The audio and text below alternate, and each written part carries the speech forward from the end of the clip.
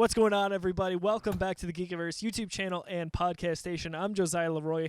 With me today, first timer to the Geekiverse. Everybody give a warm welcome in the comment section to Tim Talbot. Tim, what's going on, man? Thank you.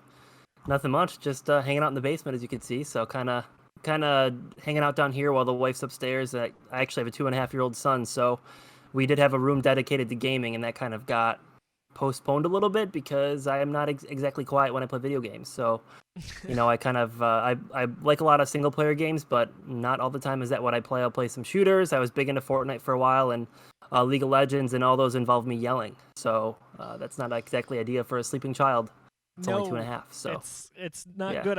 In talking to Tim here just over the past few weeks, a little bit getting to know him, there's a lot of similarities with our gaming habits and just how our lives are set up. I've got a 1.5-year-old, and I had a game room, and that room became hers essentially when she was along. So it's the greatest thing ever. But alas, here we are to talk about video games, specifically today, Resident Evil 3. So Tim has played through the entirety of the game here. We're gonna kind of give you our discussion and our review on the game itself. So the original came out in 1999, and here we are. Last year we got an incredibly wonderful remake. This game right here, Resident Evil 2. Game of the year, in my opinion, one of the top three, I'd say. Honestly, I was just talking about it the other day with a few people, and I think as well on your stream. I think it would have been runner-up for me only to Jedi Fallen Order because I'm a huge Star Wars fan, and that's where it is. But for me, a newcomer to the series, my goodness, it had me hooked right away. I got to tell you. Yep. My first, and if you listen to Geeks Got Game, you'll know that this is kind of a long-running joke, but my first Resident Evil experience was Resident Evil 6. Yeah, that's a tough one. So that's a tough one to start with. Yeah, not the smartest move from me, but I jumped back in Resident Evil 2, one of my favorite games that I've played in a number of years. So transitioning here to Resident Evil 3, Tim, why don't we talk about just first reactions to this game? Yeah, I mean, I really did love it. I think it was one of those games that right from the start you get hooked, and I think the biggest issue that a lot of people are going to have is they're going to compare it to Resident Evil 2. And as you know, phenomenal game. It's one of those games you can play through multiple times and really enjoy it. You play through once as Leon, you play through a second time as Claire, and it's just one of those games that you really enjoy. And this has the same type of game, it's the RE engine that they're using, exact same play style, but the biggest difference is when they actually made Resident Evil 3 original, they actually made it by different developers. So the route they wanted to go with Resident Evil 3 is make it more of an action-based game. So they added a few things that wasn't included in Resident Evil 2. Resident Evil 2 had that more of a survival horror style game where, you kind of go in, you're choosing when you want to kill zombies, you're not always fighting everything. If you play in hardcore mode, you're really conserving your ammo. And that was one of those things that I loved about Resident Evil growing up. It's a game that you can sit there and play and get a jump scare, and then the fact that you have no ammo kind of makes it even worse because you know to yourself, I might not be able to waste the ammo on killing this thing. And that's kind of what I've always loved with the games.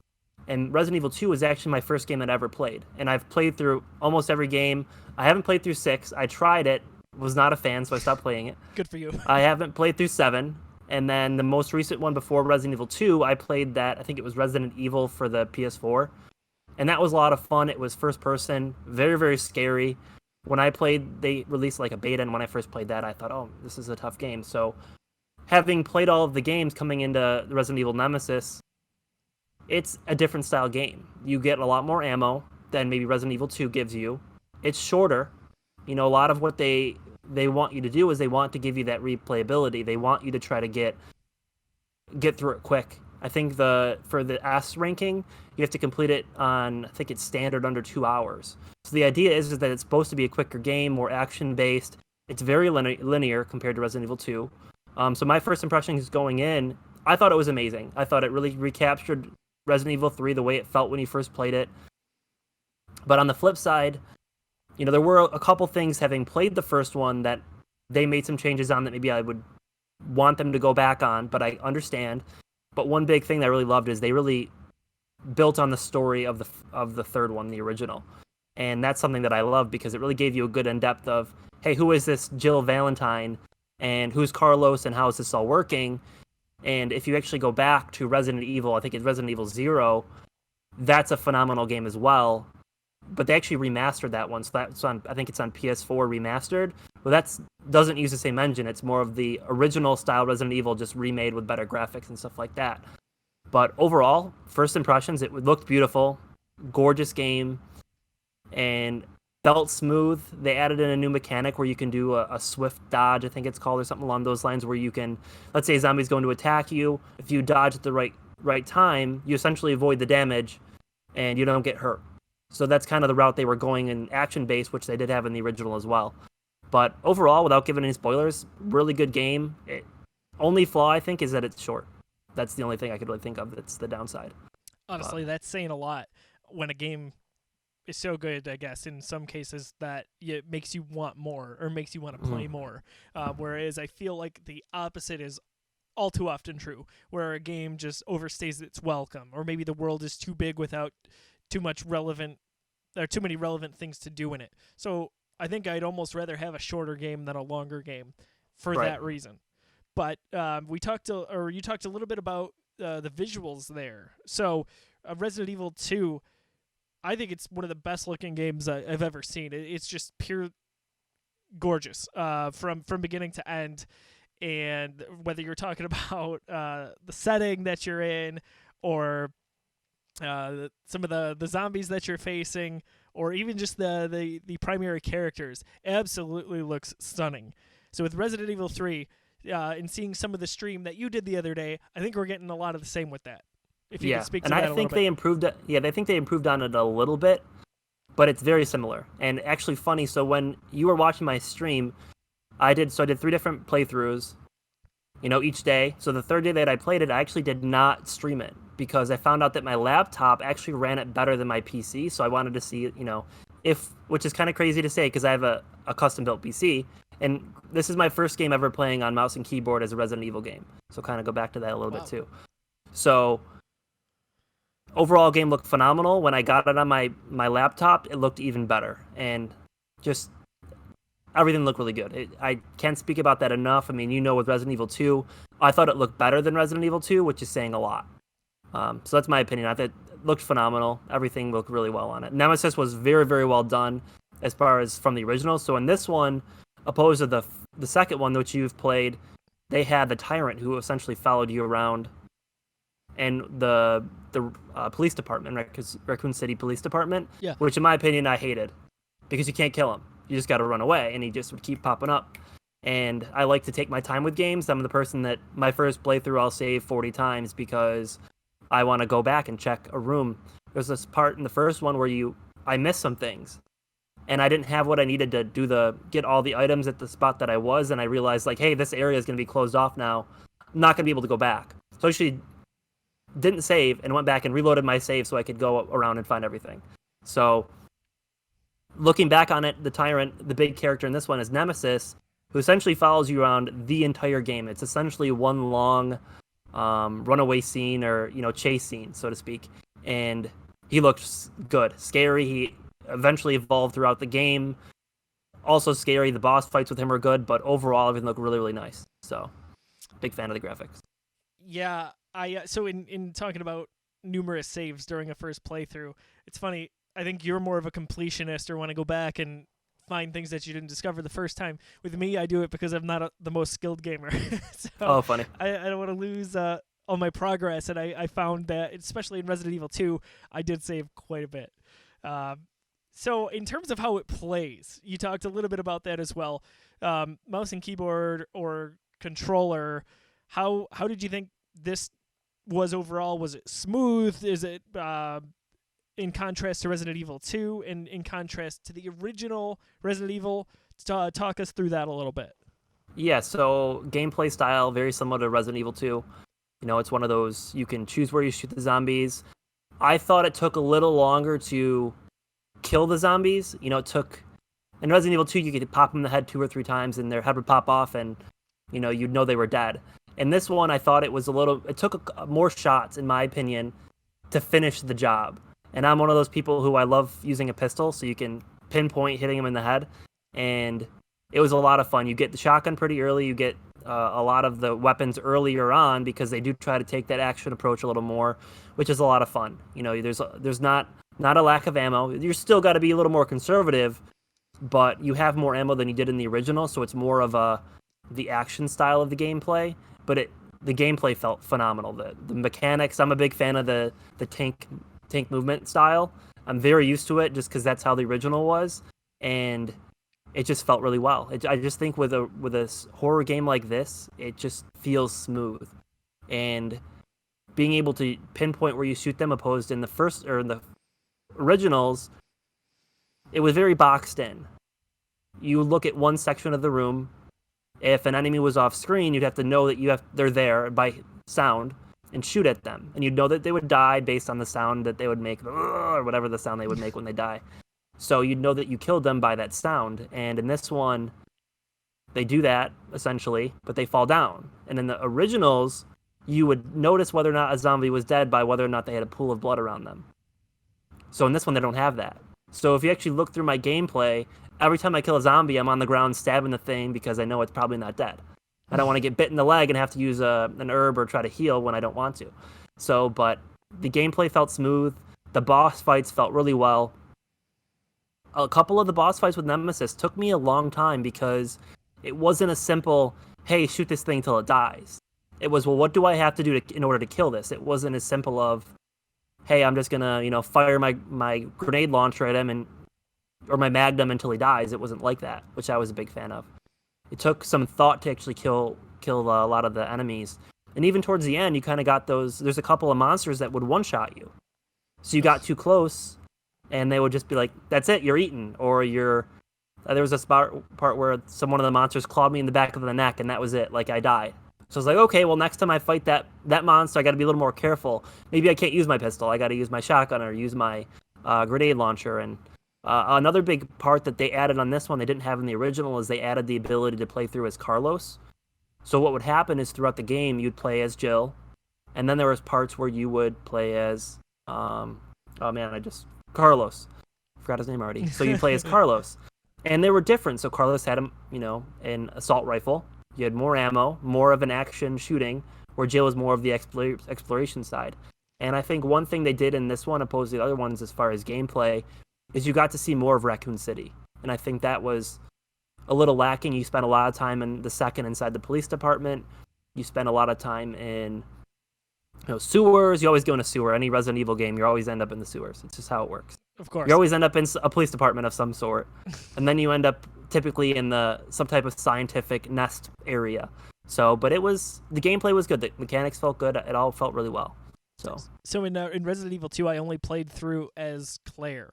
I did not do a second playthrough. I know.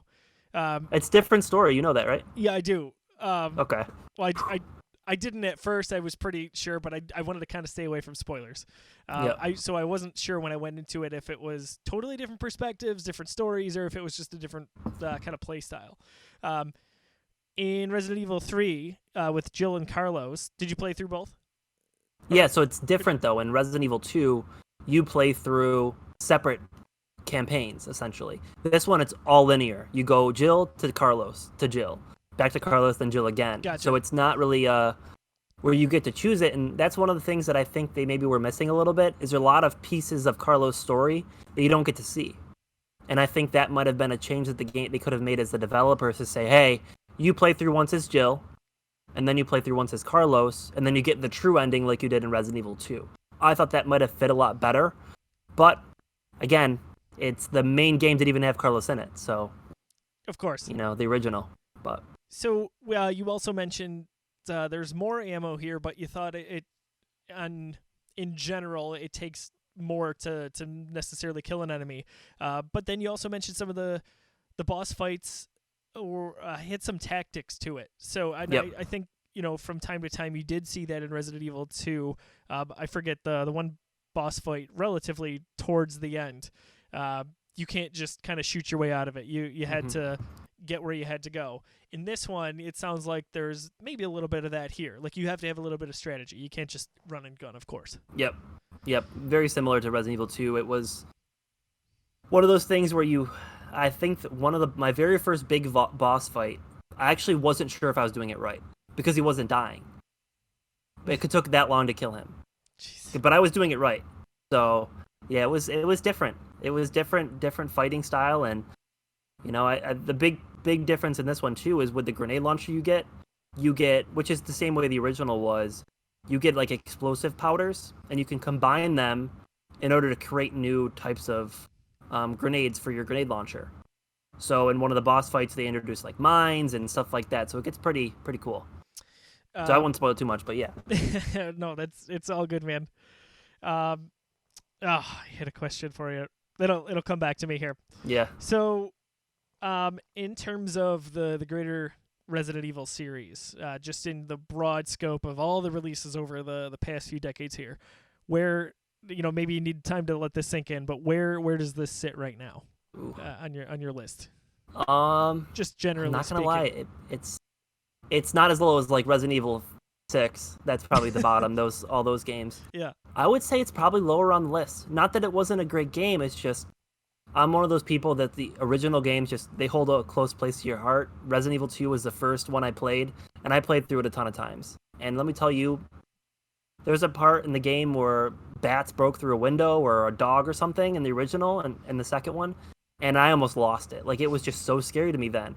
Kind of like the Parasite Eve, Silent Hill kind of scary. And these ones were fun, but they just didn't hold the same kind of horror. Maybe it's because I'm older now. But I think it's a great game, pretty high up on the list. But it's surrounded by so many other great games that it's tough to say. I would say probably middle of the pack. You kind of get all the remakes at the bottom.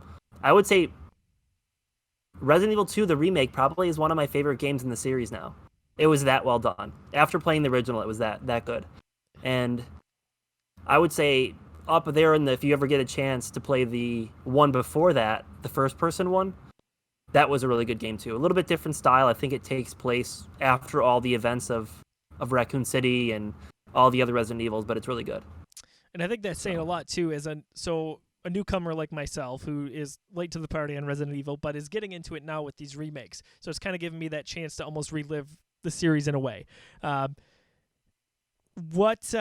someone's watching our review here or listening to our review, what would be some similar games that they may compare it to, or maybe if you like this game, you might like that game. For example, For me, one, it's not necessarily totally comparable, really, in a lot of ways, but the feeling that I have during some of my favorite horror games is how I want to feel when I played Resident Evil 2.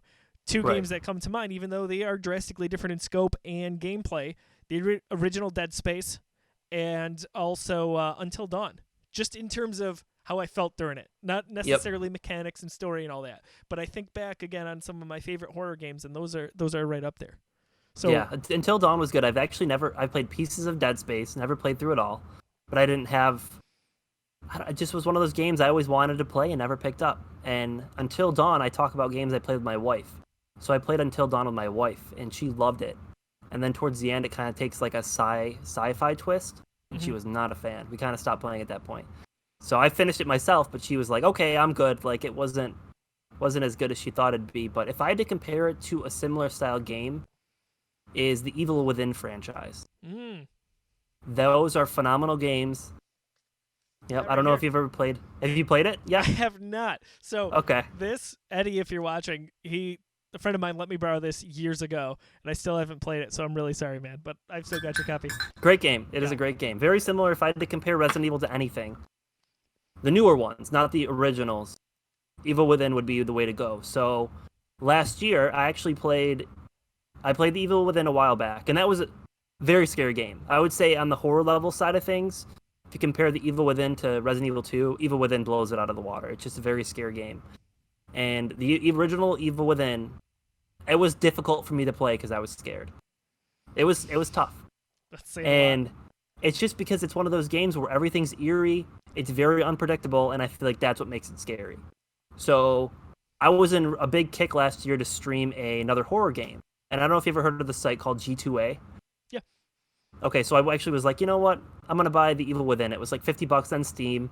My buddy's like, oh, go on G2A. So I actually ended up buying it for like $7. Amazing game. The original Evil Within was one of those games where it was very linear. The Evil Within 2, which is the one I played last year, was very open world, kind of like a mix between Silent Hill and Resident Evil, and it was a really good game. But that'd be my closest comparison. If you like Resident Evil 2, and you maybe can handle a little more of an upgrade on the horror scale, Evil Within is the way to go. It's more touching as a dad because the whole story is based around, his daughter, and she's missing, and he ends up on this big search to find his daughter again. And the second one kind of had a good ending to it, but it's very one of those games that really makes you think. So, but it's good. Dude, yeah, that's definitely a conversation I'd like to have, maybe on a different show or podcast. Just how having a child makes you look at some of these gaming stories differently. It really does matter. Yeah. Thank God I never played. What was that game? Rain. Heavy Rain. Heavy Rain was the parent. I'd be done for. Yeah. No way. It's incredible. It's one of my favorite PlayStation games ever, but I haven't played it since my daughter was born. That'd be kind of crazy, I think. Yep. I kind of had a feeling you'd mention the Evil Within. I really do need to dive into it. I don't have an excuse. It's sitting right on my shelf here. There's a lot of games out right. There's a lot of games. That's the reality. Yeah. It's very, very true. The list never ends. My backlog is getting better, especially as games like The Last of Us, have been pushed off here. But you're gonna kill me. I got to tell you one game that's in my backlog that I have not played. Okay. Your game of the year last year. Oh, that's okay. And I love Star Wars, but it's a game that I really want to play. Yeah. And every time I see it, I'm like, I could pick this game up and I could play it right now. And I just haven't done it yet. I really want to play it because I love those style games. I just haven't done it yet. Once you dive in, it'll grip you and you'll want 100% it. And that's what I'm worried about. That just the time sink, because I'm going to want to do everything. It's not so I got it day one, was pretty much determined from day one to 100% it, and maybe just before Christmas I got to about 96, 97%, and that's where I left off, and I played Resident Evil 2 and then a whole string of other games, and I'll get back to it eventually, but there's no way I'm not 100% in that game. Yeah. I will be recommitted to it at some point. Yeah, I actually didn't play that because I wanted to play Death Stranding. See, and it's that funny was the decision at the time. I canceled my Death Stranding pre-order because with my timing and where I was during that time of year, so mid-November, I was like, you know what, I'm going to just be devoting all my time to Star Wars. I know I am. So I unfortunately, from that aspect, I had to put the kibosh on that. Final recommendations, final thoughts here as we wrap up our review of Resident Evil 3. Anything that we haven't covered that you want to say, or put a bow on this episode? Yeah, I would say get it. I mean, it's a great game. Just be prepared for it to be shorter. Don't be upset when it took me, I think, the way they measure it is they measure it based on playtime. They don't measure it based on time in the menu, time you're paused, when you die. It took me overall 3 hours and 57 minutes to beat the game. So if you look at that number itself, it's a short game. It is. But it has a lot of good stuff in it. And one thing we didn't touch on at all is they have this new mode called Resident Evil Resistance. It comes included with it. It's essentially a Dead by Daylight combined with a Resident Evil. So it's one of those games where you have a mastermind who is trying to stop 4 survivors from, essentially leaving this building with the Resident Evil mechanics. So you can spawn zombies, you can spawn the Nemesis, there's plants that he can spawn, a lot of the stuff from the second and the third that he can do to try to stop you from leaving. He can shut off lights, he can, summon dogs, and the idea is that the mastermind wants to stop you from leaving. There's 3 checkpoints, it's timed, you take damage, you lose a little bit of time, so you have 4 people trying to do it. But I played the beta a little bit, it was fun.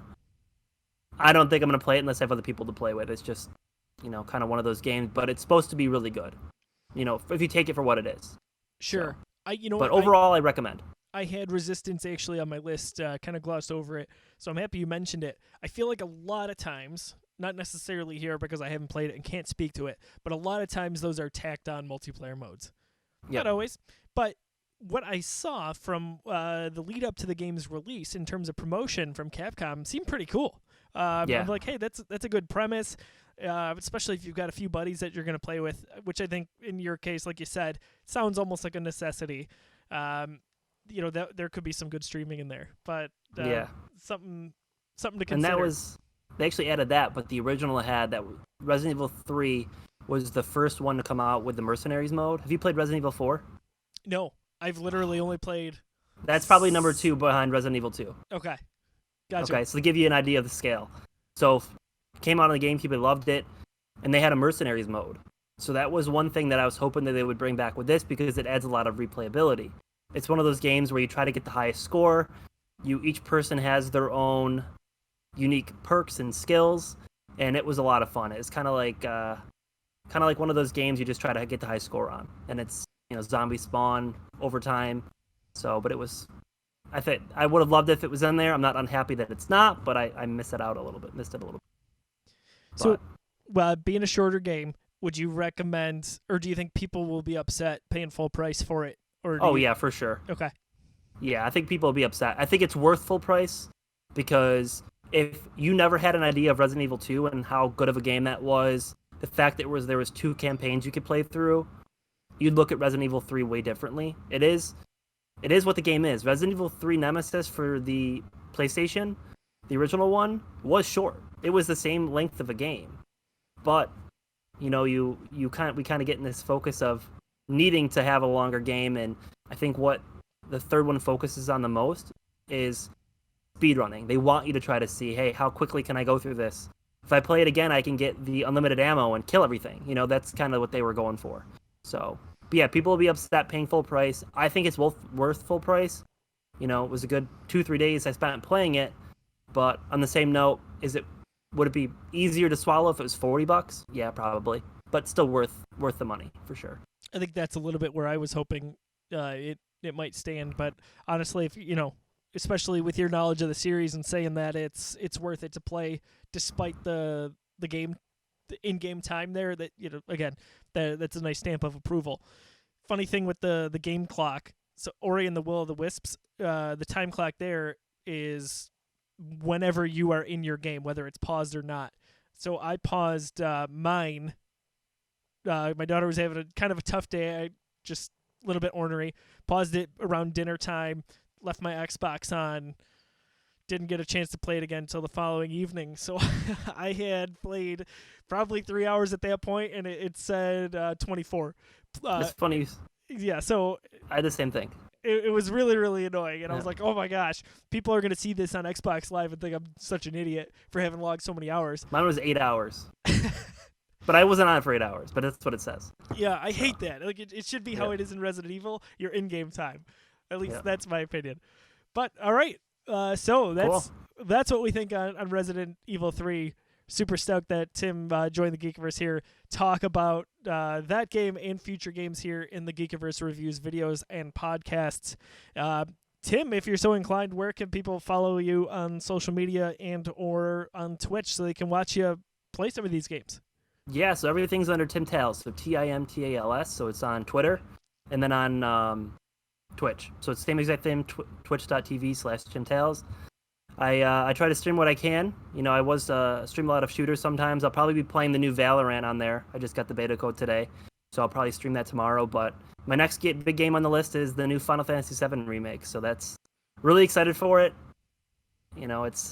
That's probably one of my favorite games of all time. I grew up playing RPGs, and that was one that always kind of held close to the heart, and I'm really excited for that one, so I'll probably be streaming that as well. So it's a good week for you here, especially with long-running franchises. That's why I'm excited. I'm actually excited that Resident Evil 3 was shorter because now I can be done with that and go on to the next game. So it's good timing for everything then. Yep, I agree. Well, I appreciate you having me on, and look forward to doing this again. So maybe next time I won't be in my basement. So hey, it's all good, man. We really appreciate you.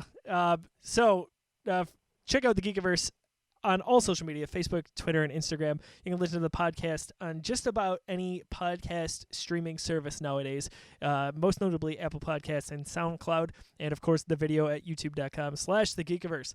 On social media, I am at Josiah D. Leroy if you'd like to follow me talking about a bunch of shenanigans there. And thankfully, not the Buffalo Sabres lately, because it's only been misery, and this has been a nice little break from them. But for everything geek, you're already in the right place, thegeekiverse.com. Thanks so much for tuning in. For Tim, I'm Josiah. Again, we'll catch you soon. Thanks.